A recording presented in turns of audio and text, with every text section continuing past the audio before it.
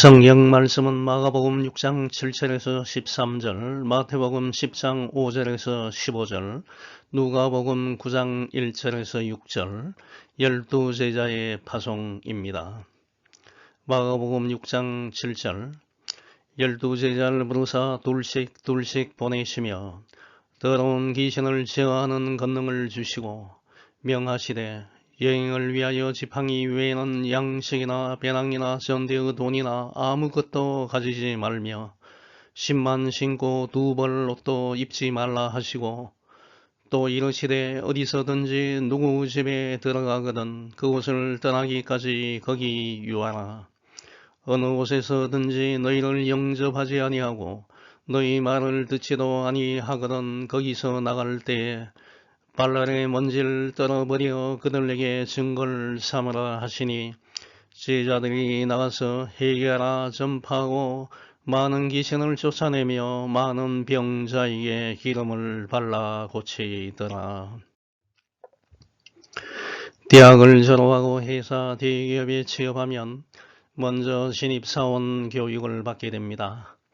회사마다 정한 지정된 장소에서 2주 혹은 4주에 걸쳐서 회사의 설립정신, 회사의 비전, 현황, 각 부서에서 하는 일, 연락망, 회사에서의 예절, 전화 받는 법 등 많은 것을 배우고 정신력과 자존심을 높이고 육체적 한계를 이겨내는 극기 훈련을 실시하고 난 다음에 근무할 회사의 부서로 배치를 합니다. 이와 같이 자신이 일할 부서에 배치되기 전에 선발한 신입사원들을 모아서 회사의 전반적인 상황과 목표, 근무 태도 등을 훈련시키는 것은 앞으로 일할 부서에서 해야 할 업무와 관련하여 어떤 문제가 발생하였을 때 자신이 어떻게 처신해야 하는지, 회사의 경영 방침에 맞게 일을 해야 한다는 것을 미리 알려주는 것입니다. 오늘 본문 말씀인 마가복음 6장 7절에서 13절은 예수님께서 고향 나사렛에서 배척당하신 후에 나사렛 인접한 마을을 돌아다니면서 하나님의 복음을 가르치시는 기사 다음에 위치하고 있습니다. 예수님은 앞서서 임명한 12제자, 즉 베드로, 안드레, 세베대의 아들 야고보, 요한, 빌립, 바돌로메, 도마, 마테, 알페오 아들 야고보, 다디오, 시몬, 가론 유다를 부르시고 이제 다시 갈릴리 지방 사역을 시작하면서 제자를 둘씩 짝을 지어서 각 마을로 파송하였습니다. 제자들은 온 동네를 다니면서 하나님의 복음을 전파하였고 더러운 귀신을 축출하고 병자를 고쳤습니다. 이때 시점은 예수님께서 공생의 사역을 시작하신 지 약 2년의 시간이 지나고 십자가 순환을 약 1년 앞둔 AD 29년 초이었습니다. 예수님께서 각 마을로 12제자를 파송하신 목적은 천국 복음을 효과적으로 전파하기 위해서입니다. 예수님은 이 땅에 계실 동안에 제자들을 자신과 함께 복음을 전파하는 일에 동참시켜 가능한 짧은 시간에 많은 지역에 복음을 전파하고 예수님께서 십자가에 죽으시고 부활하셔서 하늘로 승천하신 이후에는 훈련된 제자들, 이 땅에 세워질 교회의 일꾼으로 양성하기 위하여 훈련시키는 목적도 있었습니다. 12제자 파송의 기사는 마가복음 6장 7절에서 13절, 마태복음 10장 5절에서 15절, 누가복음 9장 1절에서 6절에 기록되어 있는데 마태복음에 제일 자세하게 기록되어 있습니다.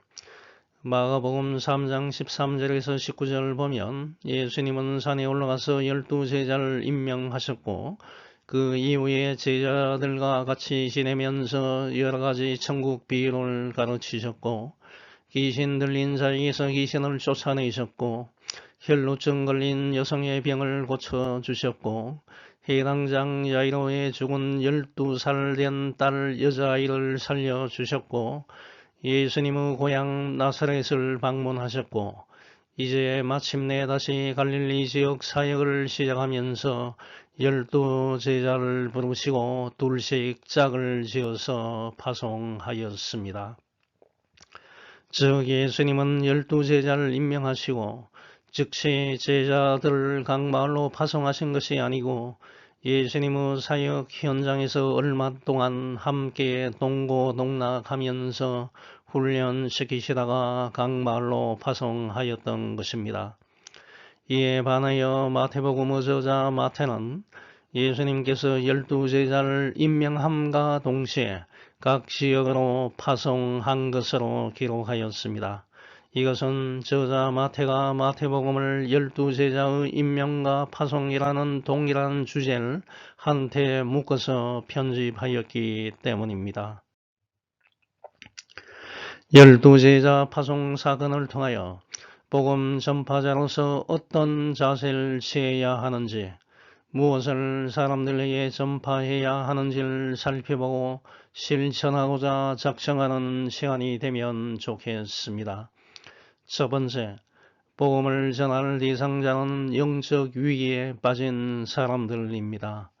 마가복음 6장 7절을 보면 예수님은 12제자를 부르시고 둘씩 짝을 지어 세상으로 보내시면서 더러운 귀신을 제어하는 능력을 주셨습니다. 마가복음 3장 13절에서 19절을 보면 예수님께서 12제자를 세우신 목적은 자기와 함께 있어 훈련을 받고 세상에 보내어 하나님의 복음을 전파하기 위함입니다. 예수님께서 저와 여러분을 교회로 부르신 목적은 교회에서 잘 먹고 잘 살기 위하여 부르신 것이 아닙니다.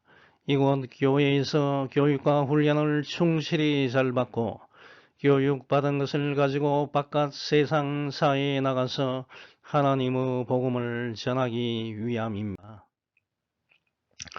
오늘날 교회의 제일 큰 문제는 사람들을 자꾸 자기 교회로만 불러 모으고 밖으로 절대 보내지 않는 것입니다. 이것은 예수님의 사역과 정반대입니다. 예수님은 소명 부르시고 파송, 내보내심의 활동이 활발하게 이루어지는 것을 원하시지 불러 모으는 데 집중하길 원하지 않으심을 반드시 명심해야 합니다. 교회에 불러서 충분히 교육을 시킨 다음에 세상으로 내보내야 합니다. 세상에 나가서 세상을 변화시켜야 합니다.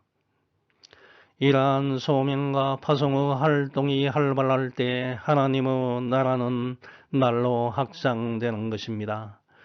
예수님께서 제자들을 세상에 보내실 때 둘씩 짝을 지어 보내신 이유는 두 가지로 생각할 수 있습니다.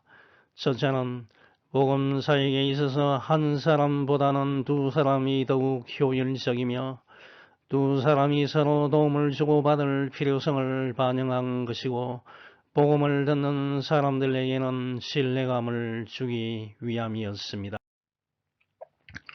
둘째는 반드시 2명 이상의 증언을 채택하는 유대의 법률 간섭에 기초를 두고 있습니다. 복음 전파를 거절하는 자에 대한 증거를 모으기 위해서 유대 사회에서는 최소한 증인이 2명 있어야 합니다. 신명기 17장 6절을 보면 죽일 자를 2사람이나 3사람의 증언으로 죽일 것이요 한 사람의 증언으로는 죽이지 말 것이며 라고 말하고 있습니다. 신명기 19장 15절을 보면 사람의 모든 악에 관하여 또한 모든 죄에 관하여는 한 증인으로만 정할 것이 아니요 두 증인의 입으로나 또는 세 증인의 입으로 그 사건을 확정할 것이라고 말하고 있습니다. 이와 같이 둘씩 짝을 지어 보내는 전통은 초대교회의 선교 여행에도 계속 이어져 갔습니다. 사도행전 15장 22절 보면 바울과 바나바와 함께 안디옥으로 보내기로 결정된 사람은 2사람이었습니다. 즉 바사바라 하는 유다와 실라이였다고 기록하고 있습니다. 그런데 마태복음 10장 5절과 6절을 보면 예수님께서 12제자를 보내면서 너희는 이방 사람들의 길로도 가지 말고 사마리아 사람의 고을에도 들어가지 말고 하나님의 잃어버린 양과 같은 이스라엘 사람들에게 가라고 명령하셨습니다. 여기서 잃어버린 양은 목자를 잃고 헤매는 양처럼 영적 위기에 빠진 이스라엘 사람들을 지칭합니다. 마태복음의 저자인 세모온 마태는 유대인들을 대상으로 하여 마태복음을 작성하였기 때문에 이스라엘 백성들에게 복음 전하는 것을 제일 큰 목적으로 삼았습니다. 마태가 강조하는 것은 예수님은 다윗의 자손으로 이 땅에 오셨으며 유대인들이 오랫동안 학수고대해 오던 그 메시아가 예수님이라는 사실입니다. 하지만 병행 구절인 마가복음과 누가복음에는 이스라엘 사람들에게 가라는 내용이 없습니다. 마태는 12제자가 천국 복음을 전할 대상은 이방인과 사마리아 사람들을 일단 유보하고 먼저 목자 없이 헤매는 양으로 비유된 이스라엘 백성임을 강조하고 있는 것입니다. 이 당시의 이방인들은 하나님을 인정하지 않고 우상을 섬기는 사람들이었고 사마리아 사람들은 이방 사람들과 혼인하여 순수한 이스라엘의 혈통을 더럽혔고 율법을 지키지 않는 사람들로 간주되어서 사마리아 사람들은 당시의 이스라엘 사람들에게 개처럼 취급되었기 때문에 마태는 그들에게 복음 전하는 것보다는 먼저 이스라엘 사람들에게 복음을 전해야 한다는 것을 강조하였던 것입니다. 이것은 이방 사람들과 사마리아 사람들을 배척하는 것이 아닙니다. 하나님의 소유가 되었던 유대인들에 대한 애착을 나타낸 것입니다. 예수님께서 너희는 이방 사람이나 사마리아 사람들에게 가지 말고 이스라엘 사람들에게 가서 복음을 전하라고 말하였다고 예수님은 유대인이 갖는 전통적인 폐쇄성과 남을 배척하는 의식을 가졌다고 오해하는 사람들이 있는데 이것은 명백하게 잘못 판단한 것입니다. 마태복음 28장 18절에서 20절을 보면 예수님의 궁극적인 목적은 모든 민족을 제자로 삼는 것이었습니다. 예수께서 나와 말씀하여 이르시되 하늘과 땅의 모든 권세를 내게 주셨으니 그러므로 너희는 가서 모든 민족을 제자로 삼아 아버지와 아들과 성령의 이름으로 세례를 베풀고 내가 너희에게 분부한 모든 것을 가르쳐 지키게 하라. 볼지어다 내가 세상 끝날까지 너희와 항상 함께 있겠다고 말씀하셨습니다. 또한 마태복음 8장 11절과 12절 보면 예수님은 복음의 축복이 유대인들에게서 이방 사람들에게로 이동해 갈 것이라고 예고하셨습니다. 동서사방에서 많은 이방인들이 모여들어 하늘나라에서 아브라함과 이삭과 야곱과 함께 잔치 자리에 앉을 것이다. 그러나 유대인들은 바깥 어두운 곳으로 쫓겨나 통곡하며 이를 갈 것이다 라고 말씀하셨습니다. 그럼 예수님께서는 이방 사람과 사마리아 사람들보다 왜 먼저 유대인들에게 복음을 전하라고 말씀하셨습니까? 두 가지로 생각할 수 있습니다. 첫째, 예수님께서 유대인들에게 먼저 복음을 전파하라고 하신 이유는 효과적으로 복음을 전파하기 위함이었습니다. 그 당시의 유대인들은 이미 여호와 하나님과 구약 성경을 잘 알고 있었기 때문에 복음을 쉽게 전할 수 있습니다. 로마서 9장 4절 보면 사도 바울이 말합니다. 내 종족은 이스라엘 백성입니다. 그들에게는 하나님의 자녀로서의 신분이 있고 하나님을 모시는 영광이 있고 하나님과 맺은 언약들이 있고 율법이 있고 예배가 있고 하나님의 약속들이 있습니다 라고 말합니다. 그러나 이방 사람들과 사마리아 사람들에게 다가가서 천국이 가까이 왔고 메시아가 이 땅에 오셨다는 복음을 전하면 이 사람들은 이것이 무엇을 의미하는지 전혀 알 수 없고 이해할 수 없기 때문이었고 이것을 설명하기 위해서는 많은 시간이 필요하기 때문입니다. 두 번째, 예수님께서 유대인들에게 먼저 복음을 전파하라고 하신 이유는 유대인들이 먼저 선민, 거룩한 백성으로 선택되어서 하나님을 섬겨왔기 때문입니다. 하나님께서는 유대인들을 선택하셔서 축복을 약속하셨으며 예수님을 유대 민족에게서 태어나게 하셨으며 축복을 약속하셨기 때문에 유대인들에게 먼저 복음을 전파하라고 하셨습니다. 하나님의 선택을 받았던 이스라엘 민족이 목자 잃은 양처럼 이리저리 방황하고 있으니 예수님은 얼마나 가슴이 아프시겠습니까? 그리하여 먼저 이스라엘 사람들에게 가서 복음을 전하라고 명령하셨습니다. 그럼 저와 여러분이 복음을 전해야 할 대상은 누구입니까? 예수 그리스도를 믿으면 죄사함을 받고 영원한 생명을 얻게 된다는 이신덕이 Justification by Faith 복음을 알지 못하는 사람들과 지금 교회에 다니다가 여러가지 문제로 인하여 지금 교회를 다니지 않는 사람들입니다. 즉 영적 위기에 빠진 사람들입니다. 이러한 사람들을 찾아가서 복음을 전하는 여러분이 되시기 바랍니다.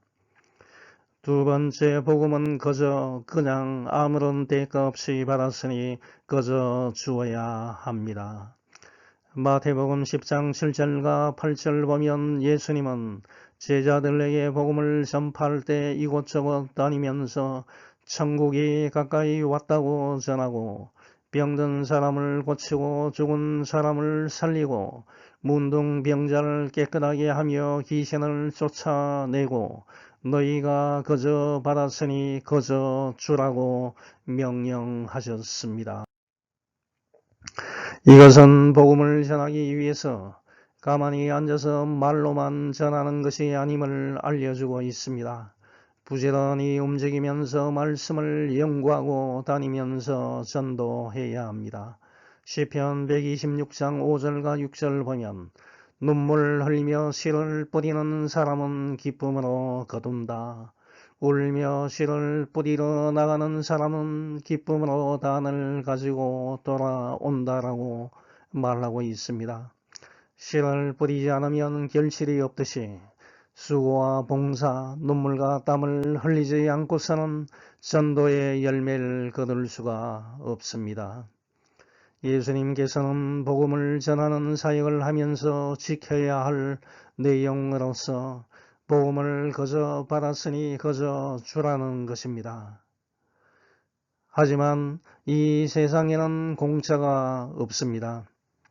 제가 미국에 살고 있을 때 어떤 법적인 문제가 발생할 것 같아서 변호사 사무실에 연락을 취하여 궁금한 점이 있어서 상담하고 싶다고 했더니 알겠다고 하면서 상담 문의하는데 변호사와 통화하는데 5분의 가격이 100불인데 카드 결제를 하고 통화를 하겠느냐고 이야기하길래 중요한 사안이라서 하겠다고 했더니 정확하게 5분 되니 전화가 끊기고 갑자기 새로운 목소리가 들리더니 계속 상담을 원하면 추가로 5분당 또 돈을 내어야 한다는 것이었습니다.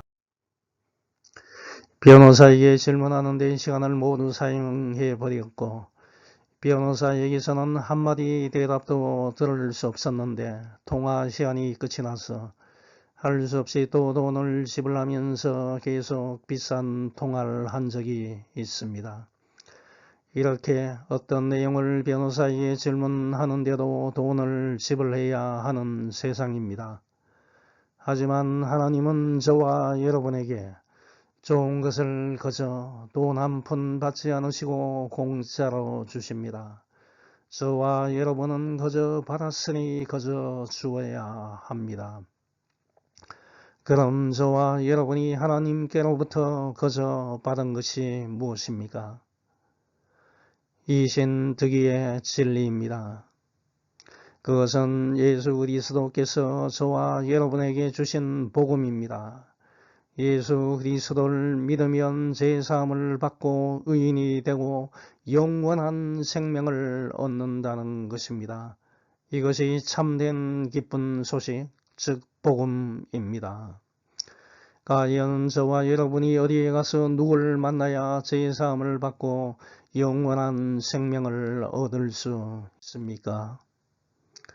하나님께서 저와 여러분에게 주신 이신득이 진리는 내가 열심히 공부하여 얻은 것이 아닙니다. 내가 많은 돈을 지불하고 취득한 것이 아닙니다. 내가 권력을 잡아서 얻은 것이 아닙니다. 하나님께서 저와 여러분을 무척이나 사랑하셔서 그냥 대가 없이 거저 주신 것입니다. 저와 여러분은 이 거저 받은 것을 거저 전도 대상자들에게 전해주면 되는 것입니다. 하지만 이 세상에는 자신이 받은 것들을 거저 주지 않고 돈을 받고 장사하는 사람들이 많습니다. 성경 디모데의 전서 6장 3절에서 11절 보면 다른 교훈을 가르치거나 우리 주 예수 그리스도의 건전한 말씀과 경건에 관한 교훈을 따르지 않는 사람은 교만하여 아무것도 알지 못하고 변론과 논쟁을 좋아합니다. 그런 데서 시기와 다툼과 모독하는 말과 좋지 못한 의심이 생깁니다. 그리고 마음이 부패해지고 진리를 상실하고 신앙을 이익의 수단으로 생각하는 사람들에게는 다툼이 그칠 날이 없습니다. 그러나 만족하는 마음으로 경건하게 사는 사람에게 신앙은 큰 유익이 됩니다. 우리가 세상에 아무것도 가지고 오지 않았으므로 아무것도 가지고 가지 못합니다. 우리는 먹을 것과 입을 것이 있으면 그것으로 만족해야 합니다. 부자가 되려고 애쓰는 사람은 시험과 함정에 빠지고 사람을 파멸시키는 여러 가지 어리석고 해로운 욕망에 떨어집니다. 돈을 사랑하는 것이 온갖 악의 뿌리가 됩니다. 이것을 가지려고 열망하는 사람들이 믿음에서 떠나 방황하다가 많은 고통을 당하고 마음의 상처를 입습니다. 그러나 하나님의 사람인 그대는 이런 것들을 피하고 의와 경건과 믿음과 사랑과 인내와 온유함을 추구하시오 라고 말하고 있습니다. 요즘 신앙을 이익의 수단으로 악용하는 사람들이 넘쳐나고 있습니다. 제가 유튜브를 보니까 한때 대통령 선거에 자주 출마하였던 허경영이라는 사람이 하늘궁이라는 집을 만들어 놓고 자신은 신이며 사람들 끌어모아 비싼 강의를 받고 말도 되지 않는 허구 맹랑한 사기 강의를 하면서 하늘 가는데 패를 하나 모셔야 한다면서 상당한 금액의 돈을 요구하고 300만원 내고 국회의원 공천을 받으면 국회의원에 당선된다고 얼토당토하는 이야기를 하는 영상을 보았습니다. 참으로 어처구니 없는 사기 행각을 벌이고 있었습니다. 그런데 웬 사람들이 거기에 현혹되어 돈을 내고 거기에 목말라 하고 있는지 분노가 치밀었습니다. 저와 여러분은 참된 복음을 받았으니 이 복음을 그저 주위에 믿지 않는 사람들에게 전해 주어야 합니다. 세 번째, 예수님께서는 사역자를 도울 사람을 준비해 두셨습니다. 예수님께서는 복음 전도자에게 특별히 당부를 하셨습니다. 마가복음 6장 8절과 9절 보면 예수님은 제자들에게 여행을 위하여 준비해야 할 것과 지녀서는 안 되는 것을 명령하셨습니다. 여행을 위하여 지팡이 외에는 양식이나 배낭이나 전대의 돈이나 아무것도 가지지 말며 신만 신고 두 벌옷도 입지 말라고 말씀하셨습니다. 예수님은 여행을 위하여 일반적으로 사람들이 기본적으로 준비해야 된다고 생각하는 것들을 금하셨습니다. 여행하는 데 필수적인 양식, 식량을 보관하는 배낭, 돈, 여행하는 동안에 갈아입을 여분의 옷조차 지니는 것을 금하셨습니다. 단지 지팡이와 신발은 허락하셨습니다. 지팡이는 외부의 위험이나 공격으로부터 자신을 방어하기 위하여 필요하고, 신발은 발바닥을 보호하기 위한 최소의 도구입니다. 그런데 마태복음 10장 10절과 누가복음 9장 3절을 보면 지팡이도 금지의 대상입니다. 이것은 지팡이의 기능에 대한 강조점의 차이가 있기 때문입니다. 마태와 누가가 지팡이를 가지지 말라는 것은 외부의 공격을 방어하는 용도로 쓰는 지팡이를 가지고 가지 말라는 것입니다. 하나님은 전도자의 신변을 보호해 주시기 때문에 외부의 공격을 방어하는 데 사용하는 지팡이를 가지고 갈 필요가 없다는 것입니다. 한편 마가가 지팡이를 가지고 가라는 것에서 지팡이의 용도는 장거리 전도 여행 시에 지팡이를 사용하여 걸으면 피로를 덜어주기 때문에 이러한 목적으로 사용하는 지팡이를 지참하라는 것입니다. 이와 같이 예수님께서 가장 기본이 되는 지팡이와 신발만 허락하신 이유는 제자들을 힘들게 만들기 위하여, 걷기 훈련을 시키기 위하여, 혹은 골탕 먹이기 위하여 명령하신 것이 아닙니다. 예수님은 최소한 가벼운 차림으로 여행하고 자신의 선교활동을 받아들이는 사람을 통하여 하나님께서 공급하시는 것을 제공받으라는 것입니다. 다시 말하면 예수님의 의도는 전도 여행은 사람의 힘으로 되는 것이 아니고 전적으로 하나님의 섭리와 도우심으로 이루어진다는 것을 강조하고 있습니다. 마가복음 6장 10절과 마태복음 10장 11절과 12절을 보면 예수님께서는 복음 사역을 시작하는 제자들에게 어디에서 머물고 어떻게 생활해야 하는지를 알려주셨습니다. 마가복음 6장 10절을 보면 어디서든지 누구 집에 들어가거든 그것을 떠나기까지 거기 유하라고 말씀하셨습니다. 마태복음 10장 11절과 12절에는 아무 곳이나 아무 마을에 들어가든지 거기서 마땅한 사람을 찾아내서 그것을 떠날 때까지 거기에 머물러 있고 너희가 그 집에 들어갈 때 평안을 빈다고 인사하라는 것입니다.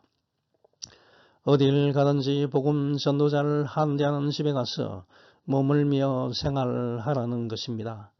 어떻게 전혀 알지도 못하는 사람의 집에 들어가서 생활하라는 것은 이미 예수님께서 복음 전도자를 도울 사람들 가는 곳마다 준비해 두셨다는 것입니다. 어디에 가서 잠을 자고 어떻게 먹고 살지를 걱정할 필요가 없습니다. 다른 곳으로 자꾸 옮겨 다니지 말고 한 집에 머물러야 한다는 것입니다. 이것은 전도하는 사람들이 더 좋은 장소와 인간적인 편리성을 찾아다니는 것을 금하신 것입니다. 또한 여기에는 한 장소에서 다른 장소로 이동하기 전까지는 하나님의 복음을 전하는 일 이외에는 어떠한 것에도 관심을 두지 말라는 의미도 포함되어 있습니다. 전도와 선교는 인간의 어떤 수단과 방법으로 되는 것이 아니고 하나님의 능력과 은혜로 되는 것임을 잊어서는 안 되겠습니다. 하나님께서 복음 사역자들을 도울 사람들, 각 처에 예배해 두신 사건은 구약 성경에 기록되어 있습니다. 열왕기상 17장을 보면 엘리야가 아합 왕에게 내 말이 있을 때까지 앞으로 몇 년 동안 이스라엘이나 비가 내리지 않을 것입니다 라고 말하자 여호와 하나님께서 엘리야에게 요단강 동편의 그릿 시내가에 숨고 물은 그 시내에서 마셔라. 먹을 것은 내가 까마귀에게 명령하여 공급하겠다고 하시니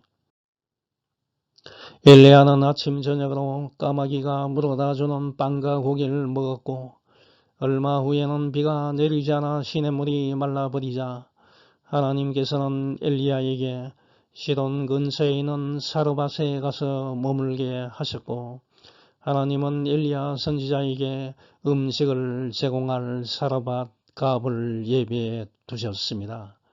선지자가 어디를 가든지 먹고 마시고 잠잘 곳을 예비해 주셨습니다. 열왕기하 4장을 보면 선지자 엘리사가 수넴 마을로 가자 그곳에 사는 부유한 부인이 엘리사를 초대하여 식사를 대접하였고 그 이후에 엘리사가 수넴에 갈 때마다 그 집에 가서 식사를 하였고 그 부인은 자기 남편과 상의하여 옥상에 작은 방을 만들어서 침대, 탁자, 의자와 등잔을 갖추어 놓고 엘리사가 올 때마다 이곳에서 쉬어가게 하였습니다. 이와 같이 예수님께서는 복음 전도자들을 위하여 각 지역에 돕는 사람들을 준비시켜 두셨기 때문에 걱정할 필요가 없습니다. 마태복음 10장 12절에서 예수님께서는 영접하고 돕는 가정에 평안을 빌라고 하셨습니다. 이것을 통하여 복음 전도자를 대접하는 가정은 예수님께 축복을 받는다는 것을 알 수 있습니다. 복음 전도자를 한대하고 그 사람을 돕는다는 것은 복음 전도에 간접적으로 참여하는 것이기 때문에 축복을 받게 됩니다. 마태복음 10장 13절을 보면 만일 그 집이 너희 평안의 축복을 받을 만하면 너희가 빈 평안이 그 집에 내릴 것이고 그렇지 못하면 그 평안이 너희에게 되돌아온다고 말씀하셨습니다. 이것은 부메랑의 축복입니다. 부메랑은 평평하고 할 모양에 가까운 나무로 된 투척기구인데 호주 원주민들이 새 혹은 작은 짐승을 사냥하기 위하여 사용하는 도구입니다. 목표로 물에 명중하지 않으면 원을 그리면서 이것을 던진 사람에게 되돌아오게 되어 있습니다. 복음 전도자가 방문한 집이 예수 그리스도를 영접하고 평안의 축복을 받기를 기도해 주었는데 만약 그 집 사람들이 이것을 믿고 영접하면 그 복이 그 집에 임할 것이나 만일 믿지 않고 박대하면 그 기도의 축복이 기도한 복음 전도자 자신이 받게 된다는 것입니다. 누가복음 6장 11절과 마태복음 10장 14절에서 예수님은 복음 전도자를 영접하지 않고 복음 전도자의 말을 믿지 않고 거부하는 사람들과는 단호하게 그들과 교제하지 말고 다른 곳으로 가라고 지시하셨습니다. 그 집이나 마을을 떠날 때는 신발에 묻은 먼지를 떨어내라는 것입니다. 즉 거부하던 사람의 흔적을 조금이라도 자신에게 남기지 말라는 것입니다. 예수님께서 이와 같이 복음을 거부하는 사람들과는 철저하게 자신을 분리하라고 명령하신 이유는 복음 전도자 자신이 불신앙의 죄에 오염되는 것을 경계하라는 것입니다. 이 세상에서 바이러스가 가장 많은 곳이 어디인지 아십니까? 그것은 병원입니다. 온갖 종류의 병을 지닌 사람들이 모인 곳이 병원이기 때문입니다. 마찬가지로 영혼을 구원하기 위하여 복음을 전하는 장소가 역설적으로 사탄이 가장 크게 역사하는 장소입니다. 복음을 믿지 못하게 방해하고 비방하고 유혹합니다. 복음 전도자들이 이런 사탄의 불신앙과 제약에 오염되는 것을 조심해야 하기 때문에 예수님께서는 복음을 거부하는 지역에서는 먼지까지 털고 속히 떠나라고 말씀하신 것입니다. 많은 사람들이 복음을 전하다가 돈, 미모의 이성, 온갖 교활한 유혹에 넘어가서 자신을 망치기도 합니다. 반드시 이러한 유혹을 이기는 여러분이 되시기 바랍니다. 마지막 네 번째, 그리스도인은 하나님의 사역에 참여해야 합니다. 마가복음 6장 12절과 13절 보면 예수님께서 파송한 제자들이 행한 사역의 내용이 나옵니다. 제자들이 나가서 회개하라 전파하고 많은 귀신을 쫓아내며 많은 병자에게 기름을 발라 고쳤다고 말하고 있습니다. 제자들은 크게 두 가지 사역을 했습니다. 첫째는 회개와 하나님의 복음을 전하였고, 둘째는 귀신을 쫓아내고 육신의 질병을 기름을 발라 고쳐주었습니다. 이사야 1장 6절 보면 기름은 치유하는 효능이 있습니다. 발바닥에서 머리까지 상한 곳이 없이 상한 것과 터진 것과 새로 맞은 흔적뿐이거늘 그것을 짜며 싸매며 기름으로 부드럽게 함을 받지 못하였다 라고 말하고 있습니다. 기름은 병자를 치유하는 약의 효능을 나타내고 또한 하나님의 도우심을 상징적으로 표현한 것입니다. 사람들에게 복된 소식인 하나님의 말씀을 전하고 귀신을 쫓아내고 육적인 질병을 치료하는 총체적인 사역에 여러분이 적극적으로 참여하길 소망합니다. 이것이 저와 여러분의 구세주가 되시는 예수님이 원하시는 것이기 때문입니다. 이제 결론을 맺습니다. 마태복음 10장 15절을 보면 복음을 거부하는 사람들의 운명은 소돔과 고모라 성의 사람들보다 더 큰 하를 당하게 됩니다. 내가 진실로 너희에게 이르노니 심판날에 소돔과 고모라 땅이 그 성보다 견디기 쉽다고 예수님께서 말씀하셨습니다.